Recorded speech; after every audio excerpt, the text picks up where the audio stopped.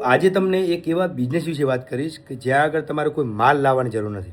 કારણ કે સાહેબ 100માંથી 99% ધંધા એવા છે કે જ્યાં આગળ તમારે દુકાનમાં માલ ભરવો પડે.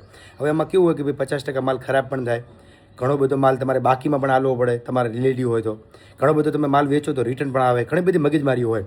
પણ આજે તમને એક એવા ધંધા વિશે વાત કરીશ કે જ્યાં આગળ તમારે કોઈ માલ લાવવાની જરૂર નથી. આ ધંધો કોણ કરી શકશે? તો પ્રાઇવેટ કે ગવર્મેન્ટ સેક્ટરમાં નોકરી કરતો વ્યક્તિ પણ સાઇડ બિઝનેસ તરીકે આ બિઝનેસ કરી શકશે, બહુ ઓછા ઇન્વેસ્ટમેન્ટની અંદર. અથવા કોઈ વ્યક્તિ ઘરે બેરોજગાર બેઠો છે અને જોઈને આ ધંધો કરવો છે તો પણ આ ધંધો કરી શકશે. 2026માં ચાલતો ટ્રેન્ડિંગ બિઝનેસ એટલે કે ફાઇનાન્સને લગતો બિઝનેસ. આ બિઝનેસ ઘણા બધા લોકો કરે છે અને આ બિઝનેસ તમે કરશો તો ખરેખર તમને મજા આવશે. કારણ કે ફિઝિકલ કોઈ વસ્તુ તમારે વેચવાની નથી, માત્ર ને માત્ર કસ્ટમરોને લીડ આવશે. તમારે શું કરવાનું? એક ઓફિસ ખોલી દેવાની અને કસ્ટમરોની જે ઇન્ક્વાયરીઓ આવે એ તમારે ખાલી પાસ કરવાની. એના પછી જે બેક એન્ડ સપોર્ટ હોય, ટોટલ સમજાવવાના કરવાના, જે પ્રોસેસ કરવાની ટોટલ અમે કરશો. તમારે માત્ર કસ્ટમરોની લીડ લાવવાની રહેશે. તો આ બિઝનેસ સારામાં સારો છે. આમ તો ગુજરાતના 33 જિલ્લાની અંદર અમે અમારી ફ્રેન્ચાઇઝીઓ ઓપન કરવાના જ છીએ અને 8થી પણ વધારે અમે ફ્રેન્ચાઇઝીઓ સેલ કરી છે અને 4 જેવી ફ્રેન્ચાઇઝીઓ અત્યારે પેન્ડિંગમાં છે. તો હજી પણ ઘણી બધી જગ્યાએ અમારી ફ્રેન્ચાઇઝીઓ ખોલવાની બાકી છે. વાત કરીએ સર્વિસની, તો તમે કસ્ટમરને શું સર્વિસ આપી શકશો?